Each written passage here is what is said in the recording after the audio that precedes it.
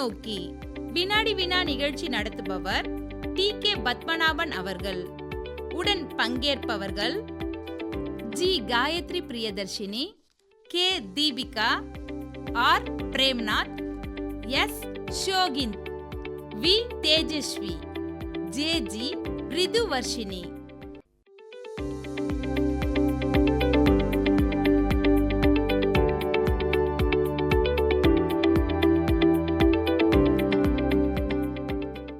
ஏற்றத்தை நோக்கி வினாடி வினா நிகழ்ச்சியின் வரிசையில் பல்வேறு சுவையான தகவல்களை தெரிந்து கொள்ளும் தொடர் வினாடி வினா நிகழ்ச்சியின் முதல் பகுதியை சென்ற வாரம் பார்த்தோம். அந்த நிகழ்ச்சியின் தொடர்ச்சியை இந்த வாரம் கேட்டு ரசிக்கலாம். இப்போ அடுத்த சுற்றுக்கு போலாமா? அடுத்த சுற்றும் ஒரு விரிவாக்க சுற்று. சரிங்களா? முதல் கேள்வி ஏ அணிக்கு. ஓடிஐ அதனுடைய எக்ஸ்பான்ஷன் என்ன? ஓடிஐன்றது இது எக்கனாமி சம்பந்தப்பட்ட ஒரு இது. ஒரே ஒரு க்ளூ வேணா கொடுக்குறேன், எல்லாருக்குமே யூஸ்ஃபுல்லாக இருக்கும். இப்போ நீங்கள் இது கேள்விப்பட்டிருப்பீங்க இல்லையா, எஃப்டிஐ கேள்விப்பட்டிருப்பீங்கன்னு நினைக்கிறேன். அதே மாதிரி தான் இது. Overseas direct investment. அவ்வளோதான். இப்போது எஃப்டிஐன்றது அவங்க நம்மளுக்கு இன்வெஸ்ட் பண்ணுறாங்க. இது ரிவர்ஸு, நம்ம போய் வெளியில் இன்வெஸ்ட் பண்ணுறது. Overseas direct investment. சரிங்களா? ரொம்ப அழகாக சொல்லியிருக்கீங்க. ஏ அணியினர் 10 மதிப்பெண்களை பெறுகின்றார்கள். அடுத்த கேள்வி பி அணிக்கு. என்சிஎல்டி இதனுடைய எக்ஸ்பான்ஷன் என்ன? நேஷனல் கம்பெனி லா ட்ரிபியூனல். அவ்வளோதான், ரொம்ப சிம்பிள். பி அணியினர் கரெக்டான ஆன்சர் பண்ணியிருக்காங்க. 10 முழு மதிப்பெண்கள் அவர்களுக்கு. நேஷனல் கம்பெனி லா ட்ரிபியூனல். அடுத்த கேள்வி சி அணியினருக்கு. நீங்களும் சொல்லுவீங்கன்னு எதிர்பார்க்குறேன். கொஞ்சம் கடினமான கேள்வி தான் இது, ட்ரை பண்ணுங்க. ஏஎஸ்பிஏ இதனுடைய விரிவு என்ன? பாருங்க, நீங்கள் பிகாம் படிக்கிறதுனால உங்களுக்கு ஈஸியாக சொல்லலாம். Application supported by block amount. அவ்வளோதான், சூப்பர்ப், எக்ஸலண்ட் ஆன்சர். சி அணியினர் 10 முழு மதிப்பெண்களை பெறுகின்றார்கள். இப்போ அடுத்த சுற்றும் ஒரு பொருளாதாரம் பற்றிய ஒரு சுற்று. சரிங்களா? முதல் கேள்வி ஏ அணிக்கு. இந்தியாவில் ஒவ்வொரு ஆண்டும் தேசிய புள்ளியியல் தினமாக எந்த தினம் கொண்டாடப்பட்டு வருகிறது? நேஷனல் ஸ்டாட்டிஸ்டிக்கல் டே. ஜூன் 29. ஜூன் 29. ரொம்ப அழகாக சொல்லியிருக்கீங்க. ஏ அணியினர் 10 முழு மதிப்பெண்களை பெறுகிறார்கள். இந்த நாள் புகழ்பெற்ற இந்திய புள்ளியியல் நிபுணர் பேராசிரியர் பிரசாந்த் சந்திர மஹாலனோபிஸ் அவர்களின் பிறந்த நாளை குறிக்கிறது. அவர் நாட்டின் பொருளாதார திட்டமிடல் மற்றும் புள்ளியியல் மேம்பாட்டிற்கு பெரும் பங்கு ஆற்றியிருக்கின்றார். இப்போ அடுத்த கேள்வி பி அணியினருக்கு ரொம்ப முக்கியமானது ஒரு கேள்வி. ரொம்ப சிம்பிளான கேள்விதான், ஏன்னா மக்களுக்கு இது தெரியணும் அப்படின்றதுக்காக கேட்குறோம். ஒரு மாதத்தின் சில்லறை பணவீக்கம் கன்சியூமர் பிரைஸ் இண்டெக்ஸ், நாட்டின் உற்பத்தி வளர்ச்சி விகிதம் ஜிடிபி, ஐஐபி எனப்படும் தொழில் வளர்ச்சி போன்றவைகளின் ஏற்ற மற்றும் இறக்கங்களை சதவீதத்தில் குறிப்பிடுகிறோம். எல்லாத்தையுமே ஒரு பர்சன்டேஜில் தான் சொல்கிறோம். இந்த சதவீதங்கள் அனைத்தும் எந்த மாதத்தின் ஒப்பீடுகளோடு கணக்கிடப்படுகிறது? இப்போது ஃபார் எக்ஸாம்பிள், இப்போ மார்ச் நடக்குன்னா பிப்ரவரி மாதத்தினுடைய நிறைய டேட்டாஸ் வரும், சிபிலாம், அதெல்லாம் ஒரு பர்சன்டேஜில் சொல்லுவோம். அதை எந்த மாதத்தோட கம்பேர் பண்ணி ஜென்ரலாக சொல்லுவாங்க. அப்படி சொல்லிட்டாங்கன்னா அதை வச்சு நம்ம புரிஞ்சிக்கணும் அது எதனுடைய பேஸை வச்சு கம்பேர் பண்ணி பர்சன்டேஜ் அரைவ் பண்ணுறாங்க. குவார்ட்டர் ஆன் குவார்ட்டர் இல்லை குவார்ட்டரில் பொதுவாக ஒரு பர்சன்டேஜ். இப்போ ஃபார் எக்ஸாம்பிள் ரீட்டைல் இன்ஃப்ளேஷன் 3.4% அப்படின்னு ஒரு எக்ஸாம்பிள் சொல்கிறாங்கன்னு வச்சுக்கோங்க, இந்த மாதம் பிப்ரவரி மாதத்தை. அப்படின்னா அது எதை பேஸ் பண்ணி ஜென்ரலாக சொல்லுவாங்க. அவங்க ஏதாவது பர்டிகுலராக சொல்கிறாங்கன்னா சொல்லிடுவாங்க. ஜென்ரலாக எதுவுமே சொல்லலைன்னா நம்ம புரிஞ்சுக்கணும். Base year value? இல்லை பேஸ் இயர் வேல்யூ கிடையாது. நீங்கள் சொல்லுங்கள் பார்க்கலாம். ஏ அணியினர் மார்ச் மந்த். இல்லை நீங்கள் சொல்லுங்கள். பி அணியினர் ஒரு பர்டிகுலர் சொல்கிறாங்கன்னா, இப்போ ஃபார் எக்ஸாம்பிள் சிபிஐன்னு எடுத்துப்போமே, சிபிஐக்கு ஒரு பர்சன்டேஜ் வருது. பிப்ரவரியினுடைய சிபிஐ அனௌன்ஸ் பண்ணிட்டாங்க, கன்சியூமர் பிரைஸ் இண்டெக்ஸ். அது ஒரு நம்பர் சொல்லிட்டு பர்சன்டேஜ்னு ஒன்று வரும். அது எதனுடைய பர்சன்டேஜ்? ரியல் வேல்யூ கிடையாது. நான் சரியாக சொல்லிடுறேன். போன வருஷத்தினுடைய அந்த மாதம், இயர் ஆன் இயர், ஒய்ஓஒய்னு திருப்பி சொல்லுவாங்க பார்த்தீங்களா? இயர் ஆன் இயர், அதுதான் பேஸு. சொல்லிப்பான். சம்டைம் ஒய்ஓஒய்னு போடுவான், சம்டைம் போடனாலும் இப்போ பிப்ரவரி மாதத்துக்கு சொல்கிறாங்கன்னா போன பிப்ரவரியோட கம்பேர் பண்ணி தான் சொல்லுவாங்க. அவங்க நீங்கள் சொல்கிற மாதிரி ஜனவரியோடைய கம்பேர் பண்ணி சொல்கிறாங்கன்னா அதை சொல்லுவாங்க. ஜனவரியோடைய கம்பேர் பண்ணும்போது இவ்வளவா இருக்குன்னு சொல்லுவாங்க. ஜென்ரலாக சொல்லலை அப்படின்னாக்கா நம்ம இயர் ஆன் இயர் தான். எல்லாமே பொதுவாக இயர் ஆன் இயர், ஒய்ஓஒய் அப்படின்னு சொல்லுவோம். முந்தைய ஆண்டின் அதே மாதத்தின் அளவீடுகளோடு ஒப்பிட்டு சதவீதங்கள் அறியப்படுகிறது. சரிங்களா? இப்போ அடுத்த கேள்வியில் யாருக்கும் மார்க் இல்லை. அடுத்த கேள்வி சி அணியினருக்கு. நல்லா கேளுங்கம்மா. Index of industrial production IIP எனப்படும் தொழில்துறை உற்பத்தி குறியீட்டின் 3 முக்கிய பிரிவுகள் மேனுஃபேக்சரிங் எனப்படும் உற்பத்தி, மைனிங் எனப்படும் சுரங்கத் தொழில் மற்றும் மின்சாரம். சரிங்களா?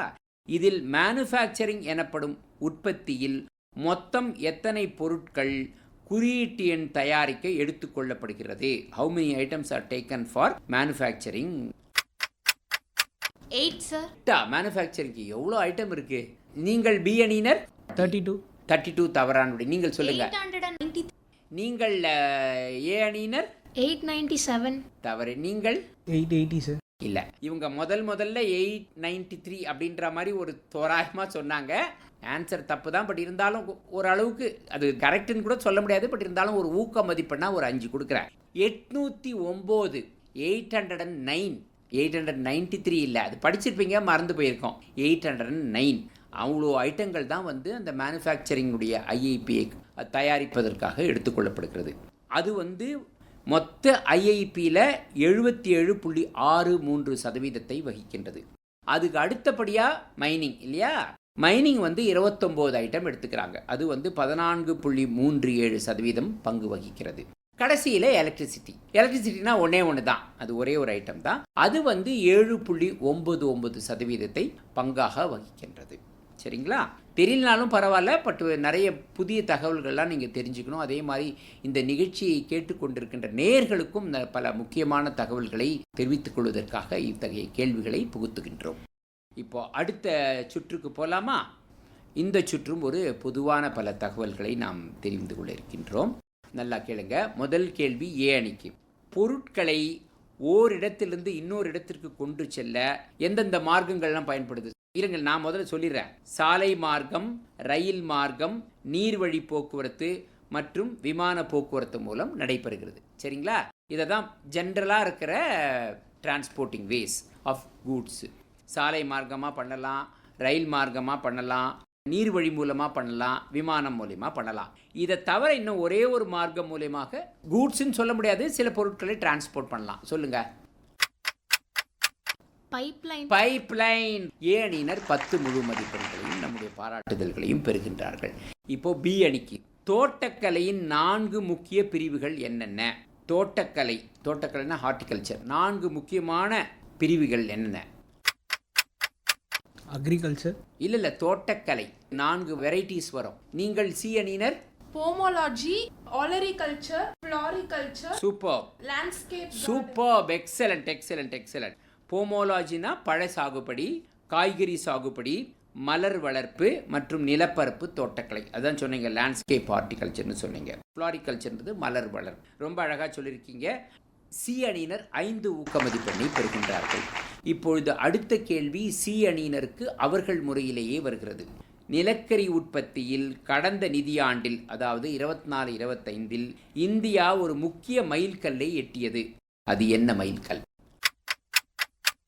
1 billion ton for the first time. மிகச்சரியான விடை. 1 பில்லியன் டன், அதாவது 100 கோடி டன்களை கடந்திருக்கிறது. அதாவது 1047.67 மில்லியன் டன்களாக 2024-25 நிலக்கரி உற்பத்தி இருந்தது. சி அணியினர் 10 முழு மதிப்பெண்களை பெறுகின்றார்கள். இப்பொழுது அடுத்த சுற்று ஒரு உயர்கல்வியை பற்றிய ஒரு சுற்று. சரிங்களா? ரொம்ப சிம்பிளாக தான் இருக்கும். நாட்டின் பல்வேறு பல்கலைக்கழகங்களையும் உயர்கல்வி நிறுவனங்களையும் பல்வேறு அடிப்படைகளின்படி தரம் பிரித்து தரவரிசை பட்டியலை வெளியிடும் மத்திய அரசு நிறுவனம் எது? National Institutional Ranking Framework. National institutional ranking framework. மிகச் சரியான விடை, NIRF. ஏ அணியினர் 10 முழு மதிப்பெண்களை பெறுகின்றார்கள். சரியான விடை தான் அது. 10 முழு மதிப்பெண்கள் ஏ அணியினருக்கு. பி அணியினருக்கு அடுத்த கேள்வி. NIT கேள்விப்பட்டிருப்பீங்க இல்லையா? NIT என்று அழைக்கப்படும் நேஷனல் இன்ஸ்டிடியூட் ஆஃப் டெக்னாலஜி இந்தியாவில் மொத்தம் எத்தனை உள்ளது? பொறியியல் படிப்பையும் ஆராய்ச்சி படிப்புகளையும் வழங்கி வருகிறது. மொத்தம் எத்தனை NITs இருக்கு இந்தியாவில்? 31. சரியான விடை பி அணியினர் 31 என்று சொல்லியிருக்கிறார்கள். 10 முழு மதிப்பெண்கள் பி அணியினருக்கு. மொத்தம் 31 NITs இந்தியாவில் இருக்கு. அடுத்த கேள்வி சி அணியினருக்கு வருகிறது. IIIT தமிழகத்தில் எங்குள்ளது? Indian institute of information technology தமிழகத்தில் எங்குள்ளது? Indian institute of information technology தமிழகத்தில் எங்குள்ளது? காஞ்சிபுரம்ல இருக்கு. மிகச்சரியான விடை. Indian institute of information technology தமிழகத்தில் காஞ்சிபுரத்தில் உள்ளது. சி அணியினர் 10 மதிப்பெண்களை பெறுகின்றார்கள். அடுத்த சுற்று செல்வதற்கு முன்பு நீங்கள் இதுவரை எவ்வளவு மதிப்பெண்கள் பெற்றிருக்கிறீர்கள் என்பதை பார்ப்போம். 12 ரவுண்ட்ஸ் முடிவில் A team score 105 points, B team score 35 points, C team score 110 points. C team 110 points எடுத்து லீடிங்கில் இருக்காங்க, followed by A with 105 points. 110 மதிப்பெண்கள் எடுத்து சி அணியினர் முதலிடத்தில் இருக்கிறார்கள். ஏ அணியினர் மீண்டும் மிக மிக அருகாமையிலே 105 மதிப்பெண்களோடு இரண்டாம் இடத்தில் இருக்கிறார்கள். பி அணியினர் 35 மதிப்பெண்களை பெற்றிருக்கிறார்கள். அடுத்த சுற்று மருத்துவ ஆராய்ச்சி பற்றி ஒரு சுற்று. முதல் கேள்வி ஏ அணிக்கு. இந்திய மருத்துவ ஆராய்ச்சிக்கான மிக உயர்ந்த அமைப்பு எது?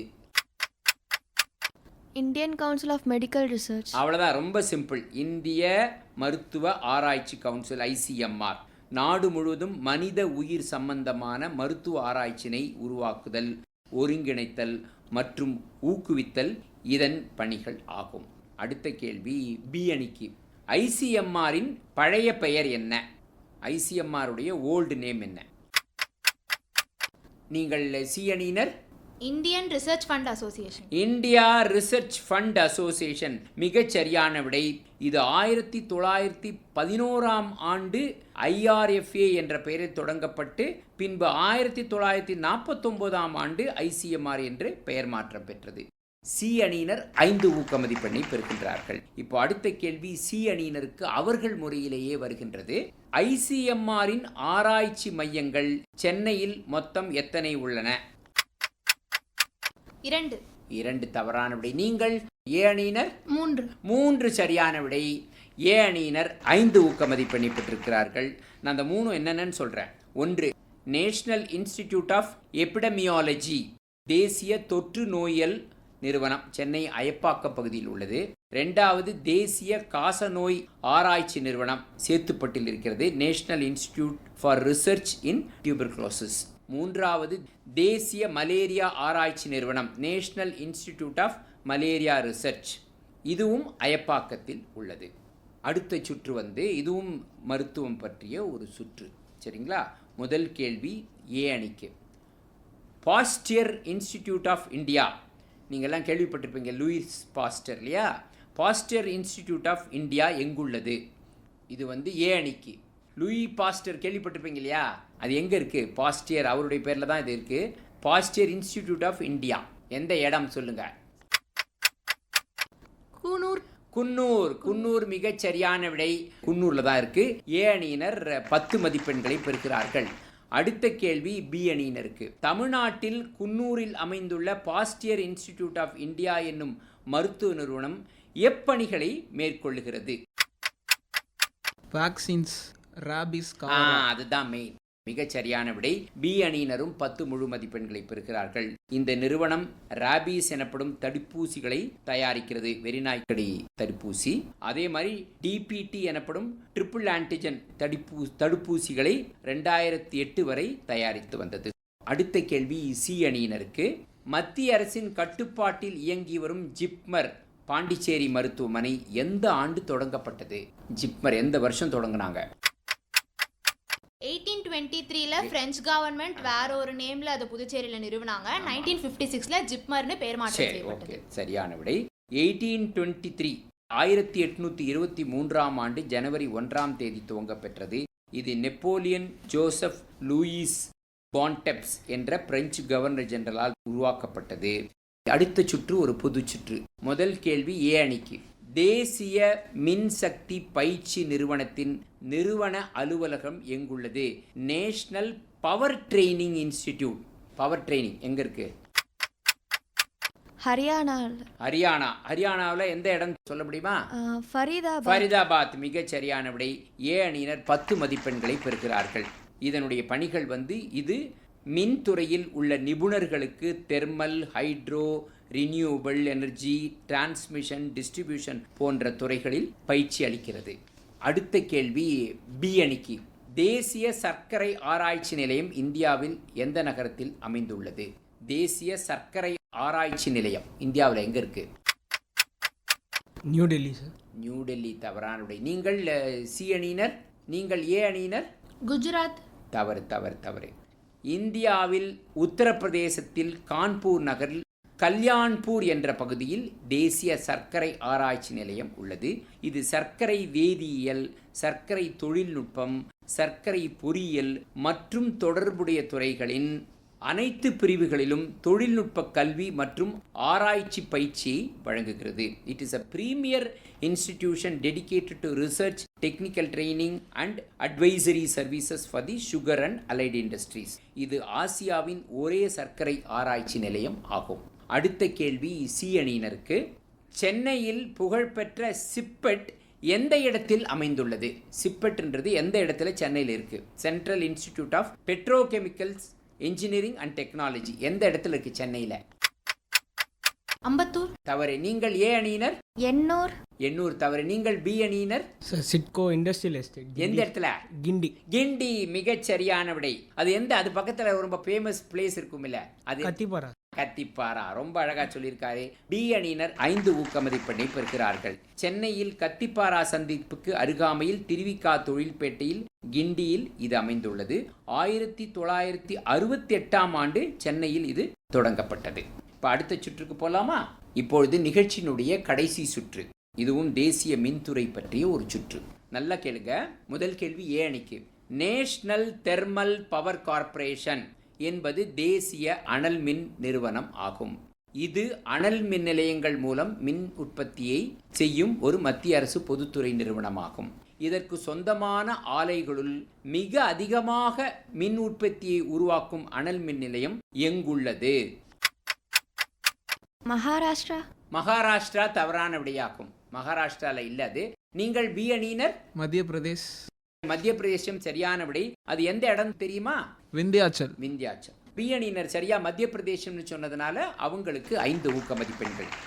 4735 மெகாவாட் மின்சாரத்தை உற்பத்தி செய்யும் விந்தியாச்சல் மிகு மின் நிலையம் தான் NTPCக்கு சொந்தமான மிக அதிகமான மின் உற்பத்தி செய்யும் அனல் மின் நிலையமாகும். இது மத்திய பிரதேசத்தில் சிங்ரௌலி மாவட்டத்தில் உள்ளது. இப்போ அடுத்த கேள்வி பி அணியினருக்கு. இது நல்லா கேளுங்க. NTPC மற்றும் தமிழக அரசின் டான்ஜெட்கோ நிறுவனமும் கூட்டாக இணைந்து நிறுவியுள்ள அனல் மின் நிலையம் தமிழ்நாட்டில் எங்குள்ளது? 2 பேரும் சேர்ந்து, NTPC அதே மாதிரி தமிழ்நாட்டினுடைய டான்ஜெட்கோ 2 பேரும் சேர்ந்து ஒரு அனல் மின் நிலையம் உருவாக்கியிருக்காங்க. அது எந்த இடத்துல இருக்கு தமிழ்நாட்டில்? நெய்வேலி. நெய்வேலி தவறான விடை. நீங்கள் சி அணியினர். Vallur thermal power station, Tiruvallur. Vallur தான் 2 பேரும் கூட்டா அமைச்சிருக்கிறது. வல்லூர் தான் சரியான விடை. சி அணியினர் 5 ஊக்க மதிப்பெண்ணை பெறுகிறார்கள். சென்னைக்கு அருகே வடசென்னையில் அத்திப்பட்டிற்கு அருகே வல்லூர் அமைந்துள்ளது. 500 மெகாவாட் திறன் கொண்ட 3 மின்கலன்கள் இங்கு உள்ளன. ஆக 1500 மெகாவாட் மின் உற்பத்தி திறன் கொண்டது இந்த வல்லூர் மின் நிலையமாகும். இப்பொழுது நிகழ்ச்சியினுடைய கடைசி கேள்வி சி அணிக்கு. நல்லா கேளுங்க. தேசிய மின்சக்தி பயிற்சி நிறுவனம் பார்த்தோம் இல்லையா முன்னாடி, நேஷனல் பவர் ட்ரைனிங் இன்ஸ்டிடியூட், அதனுடைய பிராந்திய நிறுவனம் தமிழ்நாட்டில் எங்குள்ளது? நெய்வேலி. நெய்வேலி மிகச் சரியான விடை. நெய்வேலி ரொம்ப அழகா சொல்லியிருக்கீங்க. சி அணியினர் அவர்கள் முறையிலேயே 10 மதிப்பெண்களை பெறுகிறார்கள். நெய்வேலி தான். இதை தவிர துர்காப்பூர், நாக்பூர், கவுஹாத்தி, நங்கல் மற்றும் பெங்களூரு போன்ற இடங்களிலும் இந்த பிராந்திய பயிற்சி நிறுவனங்கள் உள்ளன. இப்போ நிகழ்ச்சியினுடைய இறுதிக்கு வந்துட்டோம். நீங்கள் எவ்வளோ மார்க் வாங்கியிருக்கீங்க? யார் முதல்ல வந்திருக்கீங்க? ஏவுக்கும் சிக்கும் தான் ரொம்ப கடுமையாக இருந்தது போட்டி. யார் ஃபஸ்ட்டு வந்திருக்கீங்கன்னு இப்போ பார்த்துருவோம். 16 ரவுண்ட்ஸ் முடிவில் A team score 140 points, B team score 55 points, C team score 140 points. Both A and C team are getting each 140 points. 2 பேருமே ஏவும் சியும் ரொம்ப அப்படியே நெக் டு நெக்கா போயிட்டே இருந்தாங்க. இப்போ 2 பேரும் சமமாக 140 மார்க்குகள் வாங்கியிருக்கீங்க. ரொம்ப சந்தோஷம். முதல் இடத்தில் இருக்கின்ற ஏ மற்றும் சி அணியினருக்கு வாழ்த்துக்கள், பாராட்டுதல்கள். பி அணியினர் 55 மதிப்பெண்களை பெற்றிருக்கிறார்கள். நிகழ்ச்சியில் ஆர்வத்தோடு பங்கு பெற்ற உங்கள் அனைவருக்கும் நன்றி, வணக்கம்.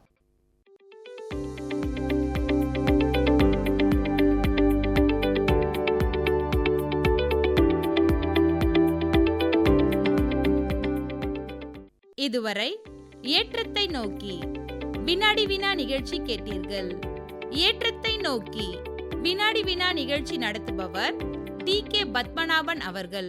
உடன் பங்கேற்றவர்கள் G Gayatri Priyadarshini, K Deepika, R Premnath, S ஷோகின், V Tejashwi, JG ரிதுவர்ஷினி.